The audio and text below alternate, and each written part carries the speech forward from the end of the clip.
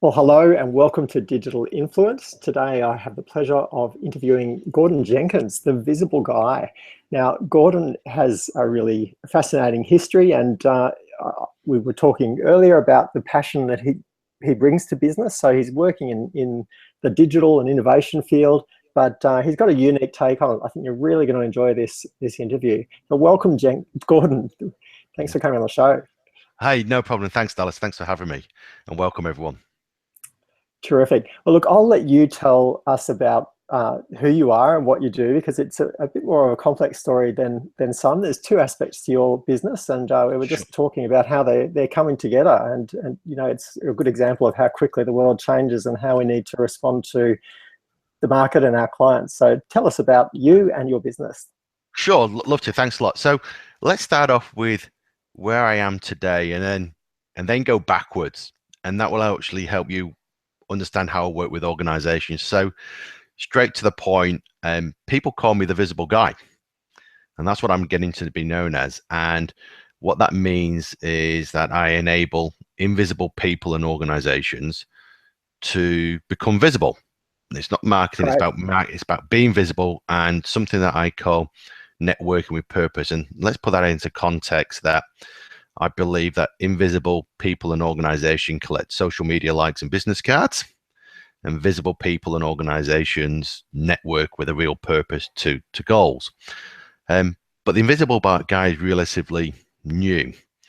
I set up a business called Adaptive Innovation, which is a management consultancy business with a difference, and I think it's got a unique difference.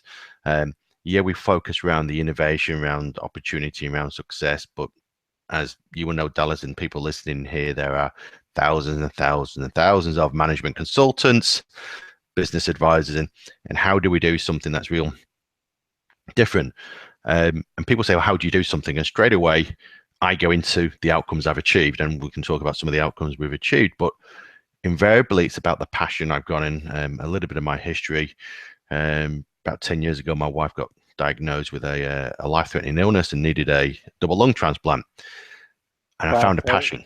Or I didn't find a passion. I started to understand where my passion was. My passion is really about charity, foundations, and really trying to support that. So a lot of what I do in my life today is about the now, the Uh-huh. opportunity that we've got. And I say, in our lifetime, we have 680 million heartbeats. It's 25,000 heartbeats a day. I'm 46 years old. I've already used half my heartbeats. I don't want to waste another single day. And when I go into organizations and when I sit with people, it's about being in a very competitive industry and changing now, not tomorrow. We're going to do it now. And really, the innovation that comes around technology is your friend and not your foe. And it's about Mm. how you use that technology in order to do that.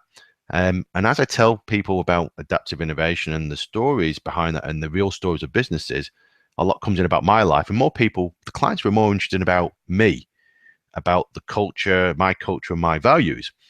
And that's how the visible guy came about, because the visible guy is about my history, my childhood as being bullied, through the livelihood, as through going through the issues with my wife through her transplant, but no one asking about me as a person.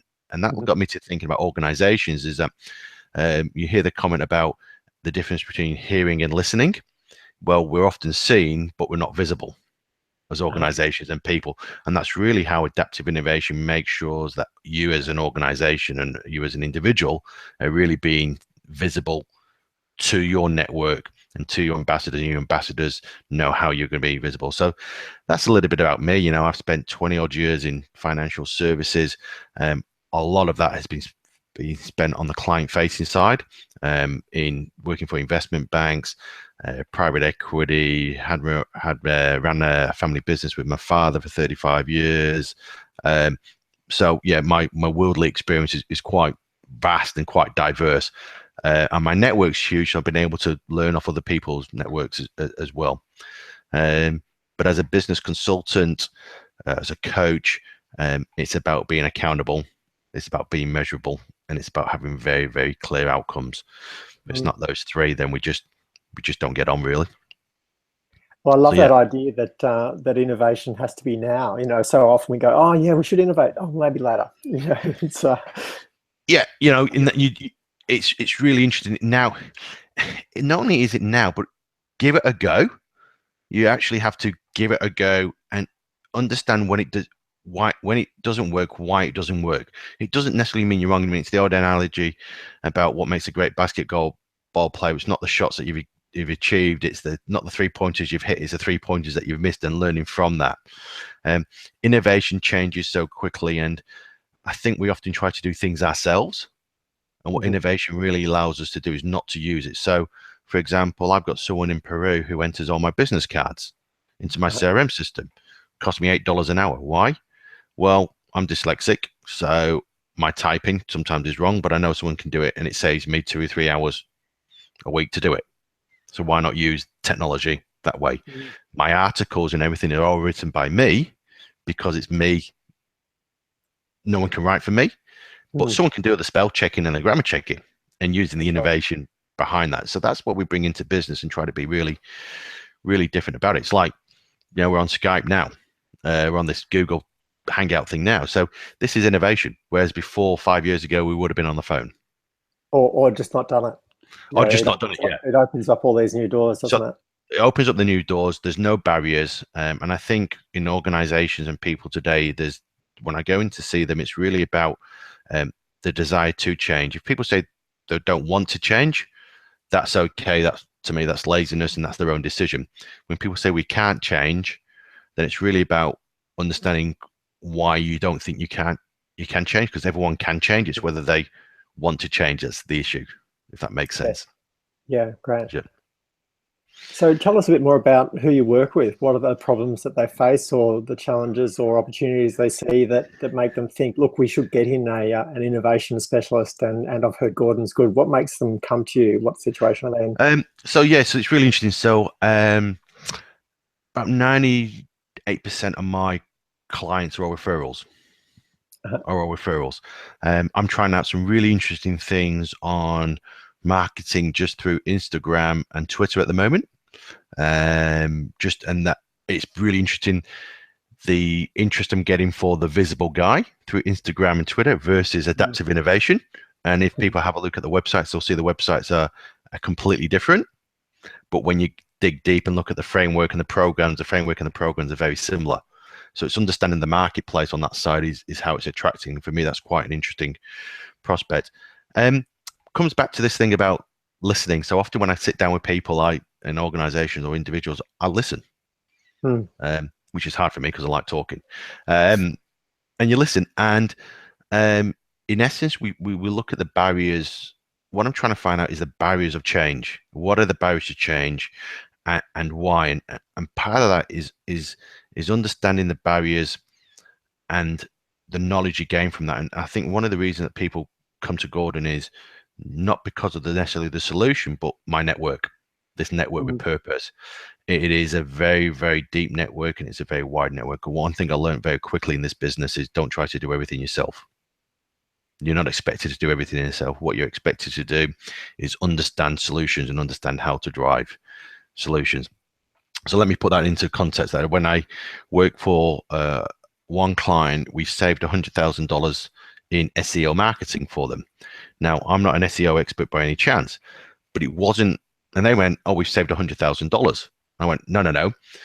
98% of your clients are referrals. You don't need to get people to come to your website. What you need to do is when they're on the website, what are they then doing?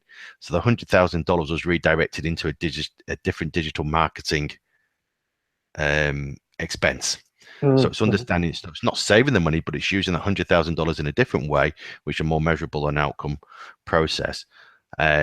I've sat down with organizations, when they sit down with organizations, and they often say, we've got problems with our sales. And I go, okay, talk to me more about your sales. And they say, well, we're not hitting sales targets. Okay, why aren't you hitting sales targets? As soon as you say we're not hitting sales target, that could be for a number of reasons. It could be because it's got the wrong salespeople in. It could be we've set the wrong sales target. It could be because the communication is wrong. It could be because the clients just aren't interested in the products.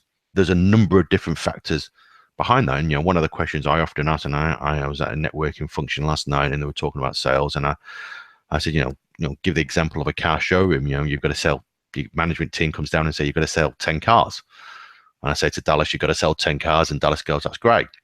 And Dallas was thinking, well, actually, I was thinking I was going to have to sell 13 cars a month, but now I only have to sell 10 cars. Now, if you change the question around and go, Dallas, how many cars do you think you can sell? Oh, I think I can sell 13. You've gone, oh, okay, well, I've just got 30% increase in my sales. And then you turn around to Dallas and you go, well, if you can do 15 a month instead of 13 a month, do you think that's a stretch? And you go, well, yeah. And you say to Dallas, well, if you were to do 15, what type of reward would you want? Do that. And then you go to Gordon and you say to Gordon, how many cars do you think you can sell, Gordon? And you go and he says, well, I think he can sell 8. And you go, well, oh, okay, well, they're below your expectations. So you can see straight away as a management team, if you're going and you're selling Dallas to sell 10, he's going, and he's your great salesman, he's taking his foot off the pedal. But then you go to Gordon who can only sell 8. You need to understand what are the barriers. Well, I don't understand the jargon that's used for the technical side that you want me to sell for the engine. Oh, okay. So if we give you more training on the engine and the components of the engine, do you think you can get to 10? Yeah. Okay. Well, let's do the training. So you've actually gone and asked the questions about why. And then I look at that and go, okay, well, that person needs some development training. That's not me. Yes. Who does that? But one of my partners has won the 2016 HR Leadership and Development Program. So why I want to bring that person in to help with the development program, get that person skilled up, and then I'd work with that client to make sure that they could actually get the sales. And once we know they can achieve the sales, if the sales drop off, it's not a sales problem you've got, it's a person problem not wanting to do the job. That's the type of stuff, that's the type of detail going. I think often people come in and go right into solution mode, and we're trying to just work out, well, what are the problems? And I talk often about having a panoramic view and sitting on top of that mountain, getting away from all the noise and just looking down about what is actually going on in the business and how do we go around it. We talk a lot about referrals and, how do you go and ask a client for referrals in the process to go to do referrals? And people say, we have a problem. Well, one firm, we did what I class as a CIA program, which is a client intel program, and we generated 3 years worth of referrals. Wow. 3 years worth of referrals with a 40% conversion. So in the first year, they could have achieved $1.5 million in new revenue on a $5 million revenue base. Gee. Right? They didn't do it because they didn't know actually how to go and ask the client for the referral and how to actually upsell. But the clients have actually said to them, we want to sell. Right. Yep. Sat down with another client, we found out clients actually think they were cheap, but staff thought they were expensive. So it talks about the value proposition. So it's not about your sales. You can't achieve your sales and you think it's a client problem. No, it's not. It's the staff think that your product is actually expensive. So they're actually not valuing the service that they're delivering. So the client's not the problem with the client's actually internal. So those are the things that we really look at. And, when it comes to issues like that internally, I might have to bring in an accounting firm. I might have to bring in a business analyst. It's not necessarily me to do it, but it's all about the accountability, knowing what outcomes we're going to get. So that's why I think I'm a little bit different in terms of the clients I get from all different types of sectors. A lot of this revolves around coaching as well. And at the moment, I'm coaching. It sounds quite strange, this, and we'll talk about innovation. There's an 18-year-old lady in Costa Rica, believe it or not, a lady called Sophia. And Sophia is a bassoon player. And she's been awarded into the Conservatorium of Sydney. And what we're trying to do with her, we're really trying to make her visible so she can get some funding. Now, I got no idea about music. In fact, I got thrown out of a brass band because I couldn't hit the triangle in tune. Right, I'm bad. But I sat down with her and just talked to her about what she's doing, how she's doing it. And we've got her onto social media. We've identified a few people. But then, you forget, she says to me, oh, are you going to do this bird thing? And then the bird thing, what we're doing Instagram, we're doing LinkedIn, the bird thing, Twitter. Right, so you think an 18-year-old knows all about Twitter. No, it's not. So the perception that you think people know. So I've got clients from there all the way through to my current client at the moment is one of the bigger clients I'm dealing with is a firm organization called Able Australia. Able Australia is one of the largest disability organizations in Australia, and we're really doing some really interesting stuff with their clients and their employees around what's known as client intel appraisal, so the CIA program I deliver. And what's really interesting about that is people with disabilities often aren't asked what they want and what they need because of their disability and trying to communicate with them. I've taken a platform from the States that has both responsive from the mobile perspective, but also accessibility from a disability perspective. So now we can actually go down and actually ask the person needing the service, what do they actually want? What are the problems they actually want, and what do they actually want to do it? Now, it's not a difficult system to use, but there's been a heck of a lot of time and investment on my part to ensure that the products I'm bringing along is the right product and can deliver it to the client. But as I'm talking to the client about the products and services that they're delivering, what we're finding internally is there's a lot of technical jargon. And what they're using internally, and they assume that people understand it on the outside, we're finding that people on the outside don't really understand it. Or aren't necessarily using the same jargon. And what we're finding out of that is there's actually some great product upsell along the process. That services that clients are using from other service providers when it makes it more efficient to use it internally. But we're also finding where they believe in services are required for the future as well. So we're asking some really deep questions, and we know we're on for a winner because whilst we try to keep this relatively quiet, we're getting already inquiries from national bodies within the disability sector about the findings we're finding out, and they want to know about how we've got the system to develop it. Great. So it's quite a varied range, and definitely diverse. And it's diverse. And what's really interesting, and when you go into an organization and the management team actually turn around and say, well, can we do this? Can we do this? Oh, we should really want to do this. You become the facilitator. Instead of, you don't, as a business supplier, I don't even have to sell myself now, because the management team actually say, crikey, we've got something we can really go dig deep into our client knowledge and our staff knowledge. And why? Because the outcomes for the client are going to be brilliant. And that's, to me, that's an innovation that probably, I would say 2 years ago wasn't available, 12 months ago wasn't available. Wow, great. And it's just, so it's brilliant. Awesome. Hey, Gordon, I'm really keen to hear more about the visible guide versus adaptive innovation, because that's a really common question with entrepreneurs. And as someone who's sort of in the marketing and strategic direction space, I know you will have thought long and hard about your own situation, and I have too. You end up with these business brands and personal brands, and sometimes it's hard to know how they fit together. So tell us a bit about your experience with those two, why they were born separately, why they're coming together.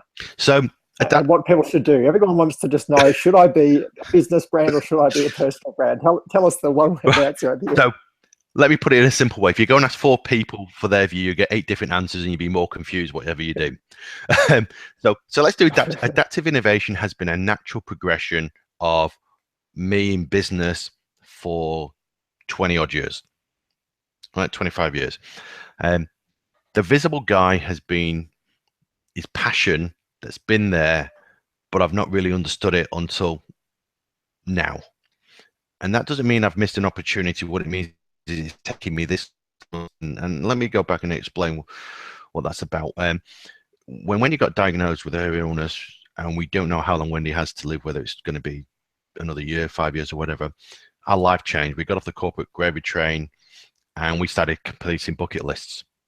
And we found that, and we're on our 6th bucket list now. Her 5th one was quite interesting because that had shooting involved in it, and I wasn't quite sure what shooting meant. But we went to Vegas. We went to Vegas and did some shooting. But completing that bucket list was really my purpose, because that really enabled me to have real clear goals and achieving it. And let me tell you, some of the things we've done. We've gone to Italy. We spent 3 months in Italy, 2 months in France. I've learned to cook in Tuscany. We've eaten at some fantastic restaurants. Our passion is food and wine, food and alcohol. When I was a kid, I was bullied as a kid, and people knew I was getting bullied, and I got bullied for about 4 or 5 years, Uh-huh. and no one really did anything about it. And I had to learn martial arts to actually get myself out of my trouble. And there's times when I thought life's probably not worth living any longer on that side. I struggled through school, wasn't the most intelligent guy, got through to university, and in my last year of doing my master's degree, found out I was dyslexic. I thought, crikey, if only I would have known 6 years ago, 8 years ago, my English would have been a lot better. And then when I've come through to work and I've worked in big corporates, I've always been the person who has been seen in organizations, but when there's always been, I've never really been visible. I was always been seen. I was almost felt like sometimes things were happening when the big changes were happening. I was never really there. So I was always missing out on something.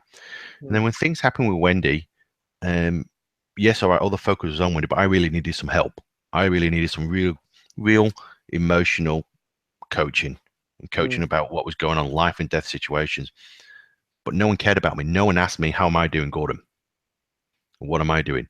And when they did find out that I needed care, they put me in touch with a very old female psychologist in a hot, sweaty room. I spent $175 talking about my life, came out and thought,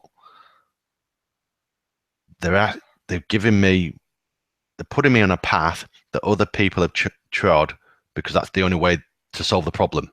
And what that means is that I realized in my life suddenly that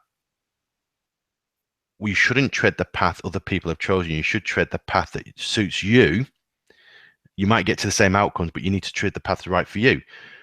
If I would have been allowed to do home economics, which is cooking, back in the UK, there's no doubt I would become one of the best chefs in the world, right? And I know today, but I had to do metalwork. I know today I'm safer with my sushi knives than I am with a hammer and screwdriver. Right? Give me a hammer and screwdriver, you're not down the house. Give me a set of sushi knives and I'm absolutely fine. So so the visible guy came about, and I met a guy in Melbourne, and I'll give him a plug. He's called the Bucket List Guy. And I sent him an email. It took me 6 months to send him an email. And I said, I don't know where I'm going with this, but people find my story quite interesting. My story is also affecting my business. And I sent him a list. And he goes, you're the visible guy. He said, no, you're the invisible guy. And we worked on the story of the invisible guy. And the invisible guy became very negative. I started giving the wrong message. So we changed it to the visible guy. And it's about helping people. It's about coaching people. But as I started talking about that, people were relating that to adaptive innovation. Sure, yeah. And I'm going, no, the different. But the market has moved them together. And what this really means is, do not try to defy where the market is moving you. If the market is saying that the message you're giving is aligned, it is aligned. So today, as I sit here, corporations take on board adaptive innovation because of the systems, the framework, and the programs involved in that. Individuals take on board the invisible guy because that's personal coaching, that type of stuff. Leaders of organizations mix and match the both. And what I say to people is, don't try to put a label on it. It's what's underneath it that's really, really important. You don't know whether you're engaging the visible guy or the adaptive innovation. It is, in a sense, it's a hole, what I class as a black hole. It's everything underneath it for you. In terms of how I get paid and where my life is, and this again is really important in terms of the message that we give to clients. About 25% of what I earn on the invisible guy goes straight to we run a foundation called Longitude Foundation. 25% of that goes to that foundation, and about 10% of what I earn on adaptive innovation goes to the foundation. The difference between that is one has to pay for my private wealth, because we need to feed and live, and the other one is the foundation. So I'm very clear about what goes through. But that straight away, talk about innovation, when clients hear about that, they want to know more about the foundation, about why and the purpose. Why? Because that makes them understand who I am, what I am, the culture. I'm not going to deliver a service that they know benefits thousands and thousands of people and let that reputation be damaged. So it's really tell us interesting. a bit more about the foundation and the work it focuses on doing, Gordon. Sure. So the foundation is called Longitude Foundation. The long name is Lung Transplant Research Australia Inc. Again, total brand, it makes the, and I hate the word not for profit and profit. I do not like those words, because a for-profit organization is a profitable, or a not-for-profit organization is a profitable business. It has to be run like a business. So the first thing about our foundation is we're a totally governed foundation. We've got all the governance in place, including the IP and the trademarks. As any business owner listed in here, if you do not have your trademarks and your IP in place, get it in place. As a side note, the Visible Guy's gone from page 8 on Google to number 3 on page 1 in a matter of 2 weeks. Right? Do you think I've got my IP in place? Yes. I've got my IP in place. Absolutely, I've got the IP in place. So the Longitude is it provides research funding to the lung transplant team at the Alfred Hospital in Melbourne towards understanding lung transplant rejection and long life. It's a foundation that's emerged from another foundation that was set up about 12 years ago. And it's really, again, comes back to business. You have to understand when a business needs to be changed and to involve. That name of that foundation was the Margaret Pratt Foundation. It means probably nothing to anyone here. It's not associated with the Pratt family in Melbourne. It was because of it was associated with one person. So we needed to change the name of that foundation. So we've established a brand new foundation with new governance. And, what we've managed to do over the last 10 years with this foundation is we've managed to initiate research which today is saving lives all around the world. Not just saving lives in lung transplant, but we now can work on people to prevent them from having a lung transplant, because the research is so good they may not need the transplant to start with. Right. But it goes into stem cell research, it goes into blood cell research, and really collaboration, again, organizations. So we're doing a lot of collaboration with the Red Cross here in terms of blood cells. So to give you an example, that as a lung transplant recipient, if you were to get an illness, we're now able to go in and find out whether it's the lungs that are sick, as in the DNA of the person who provided the lungs, or whether it's your body that's sick. Yes. Whereas before, you treated the whole person. So that's a bit like with your computer. If your computer's broken, do you reset everything on your computer, or do you just go in and find out what part of that program is not working and correct that program? Sure, that's in simple terms. But that's innovation. That's where commercial, for-profit and not-for-profit organizations have got together and really worked about it. It's a fantastic organization. The beauty of what we have is we don't know how many thousands of lives we've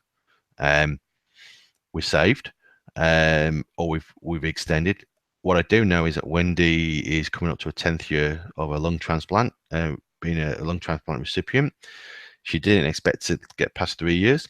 Then we didn't expect to get past 5 years. Then we didn't expect to get 10 years.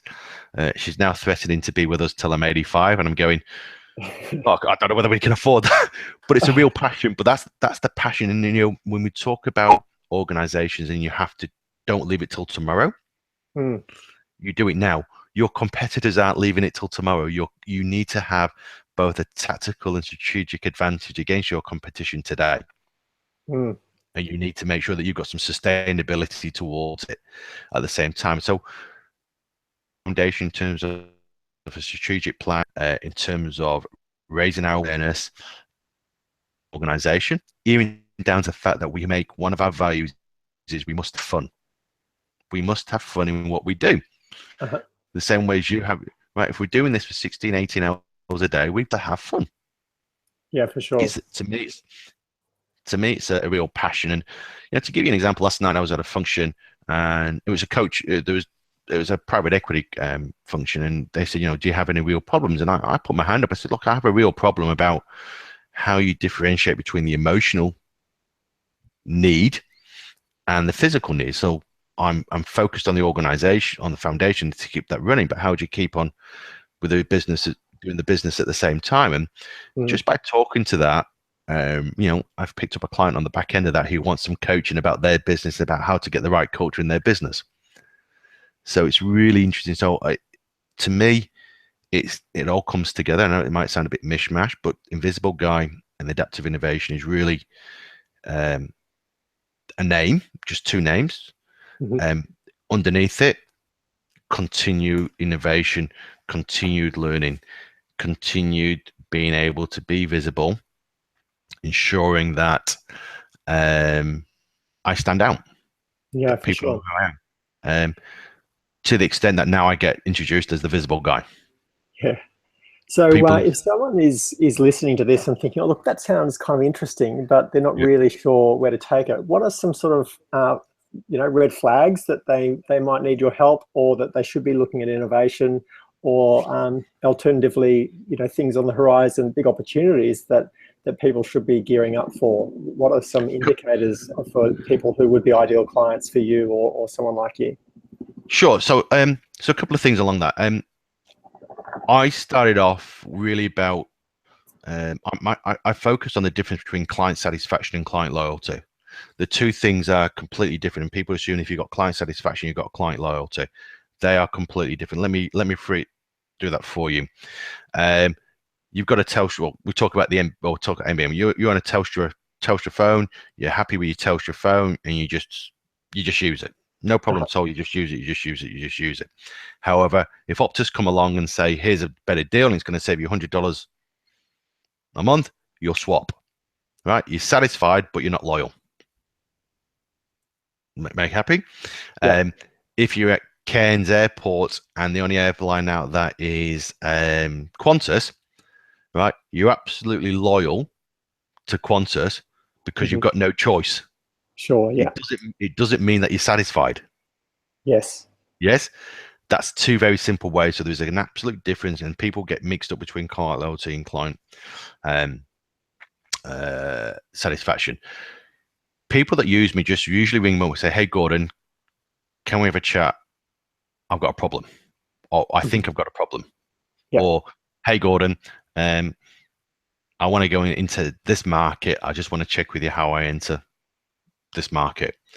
And I go, yeah. Or some people ring me, they've been referred through to me and they want a coaching. So where do I direct them to? What do I direct? First thing I direct them to is my clients. I say, well, go and speak to my clients and find out some references. I've got a white paper on client loyalty and client satisfaction, and anyone that's here can just contact me at info@thevisibleguy.com, and I'll send them a copy of that, or go on the website and you'll get an automatic connection for that.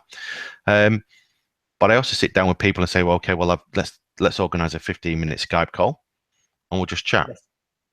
No cost. And that 15 minutes sometimes goes to half an hour or so, but it's just chats about finding out where we where we connect. In terms of where people should start looking, if they think they want help, or they think they should start looking at their businesses, I listen to a lot of podcasts. I don't tend to do a lot of reading because because I'm a dyslexia. I don't tend to do it. You can do podcasts on the go and videos and audio on the go. I listen to a lot of people. I learn constantly. Both as a coach, I have a coach, and as a mentor, I have a mentor. You never stop learning. I'm inspired by some of the most remarkable people in the world, famous people and not so famous people. I'm absolutely empowered by the ability to get off your backside and just do it. Don't make excuses. I use a thing that nothing is impossible because I'm possible. Yes. Understand the difference there? And that the word change actually says can change. So don't give me any excuses. One of the biggest questions I ask people on the mentoring side is, are you living or are you surviving? Right. And they say, pardon? I said, tell me, are you living or are you surviving? Because we want to be living. And that's what we, and I learned that. I learned that the hard way. That really is that, just surviving day by day is not the way to go. It's not good for your health. It's not good for your emotions. It's not good for your interactions with people. You really got to be living. You got to have a purpose, and that purpose for me is the passion. And people say, how do I find my passion? How do I find my passion? I said, you don't find a passion. Everyone has the passion. What you don't realize is you don't understand what your passion is or what to do with the passion. And there's a difference between that. I can't tell Dallas what his passion is, But when you understand what your passion is, will help you explore that passion and expand it and evolve it in your life. And that's where we cross over from the visible guide to the adaptive innovation, in terms of really exploring that and going into that and getting some really great outcomes on that. Hope that makes sense. Yeah, for sure. Fantastic. Well, thanks, Gordon. There's been some real nuggets there. That's good. You did share briefly your details, but could you just tell us again how people can get in touch if they'd like to know more about what you do or have a talk to you? So my email address is info@thevisibleguy.com. My Twitter and my Instagram handle is at I'm the Visible Guy. And contact me, and more than happy to have a Skype call with anyone and talk about what they want. Invariably, I might not be able to help them. It might not be me, but it might be my network. And you know what? I introduced my network. To give you an idea, in the last 12 months, I've introduced around about 38 to 40 people in my network to other people, because there is business to be done with other people. And happy to have happy to have the Skype call, happy to have the ebook, a copy of the ebook. If you really want to call me, you can call me on my mobile, 0414 414 481.